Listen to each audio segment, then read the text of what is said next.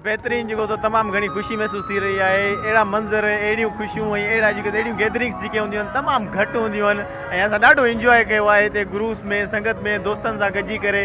बस छा ॿुधायां मां बयान नथो करे लफ्ज़न में पर ये तमाम हिकिड़ी बेहतरीन पॉइंट है। एड़िन पॉइंट्स के वधिक बेहतर करण घुर्जे इंजॉय करण घुर्जे। एड़न मौसम असां ॾाढो इंजॉय भी किया है। मौसम भी इलाही प्यारी थी वही है। इलाही असां इंजॉयमेंट कई है। तव्हां ही नज़ारो ॾिसी सघो था माशाल्लाह ज़बरदस्त।